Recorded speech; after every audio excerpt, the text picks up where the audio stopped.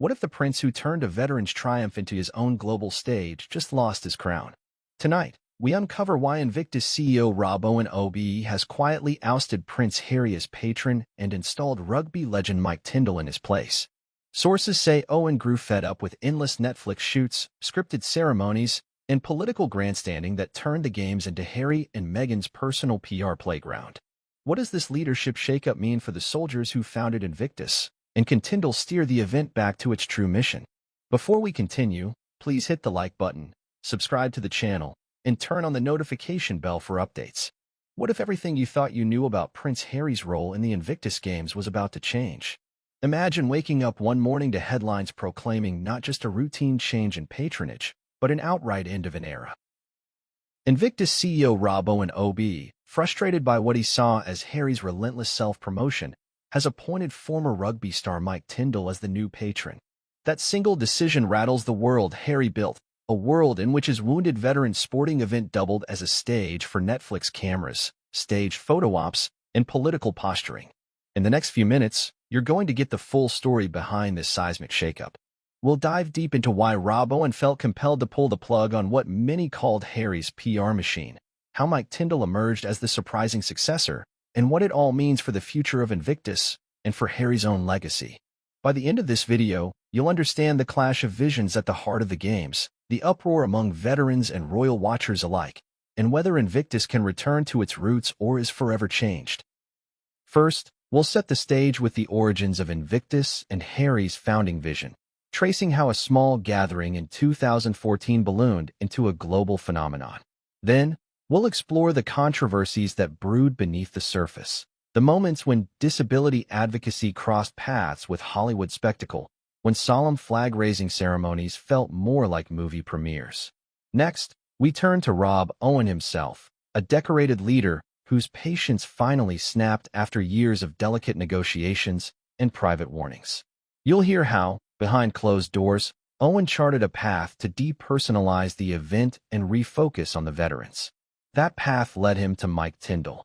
His credentials as an athlete, his reputation for authenticity, and his unique standing within the royal family gave him the edge over other candidates. But the story doesn't end there. We'll move on to the fallout, how Harry and Meghan responded, or conspicuously didn't.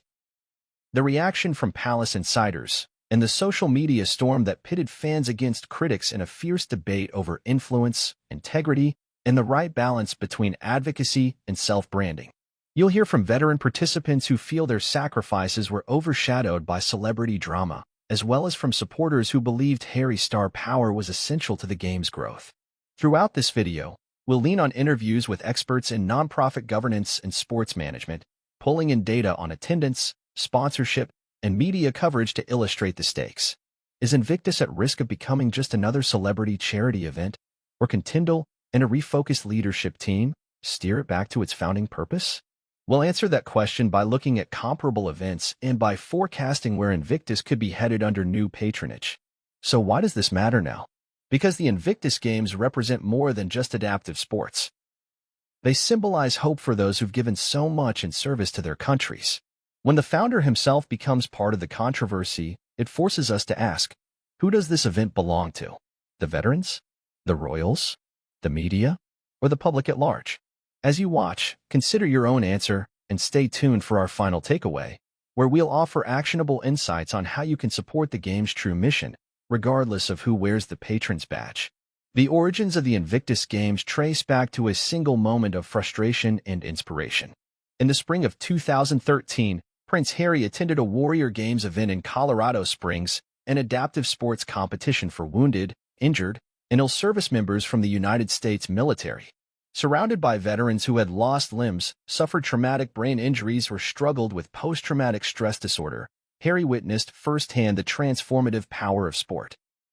What began as a courtesy visit quickly evolved into a personal mission.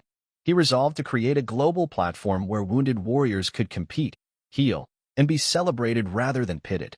That resolution laid the groundwork for a movement that, over the next decade, would capture international attention, draw royal patronage, and inspire countless participants. By October 2014, barely 18 months after his initial visit, Prince Harry officially announced the inaugural Invictus Games. He chose London, his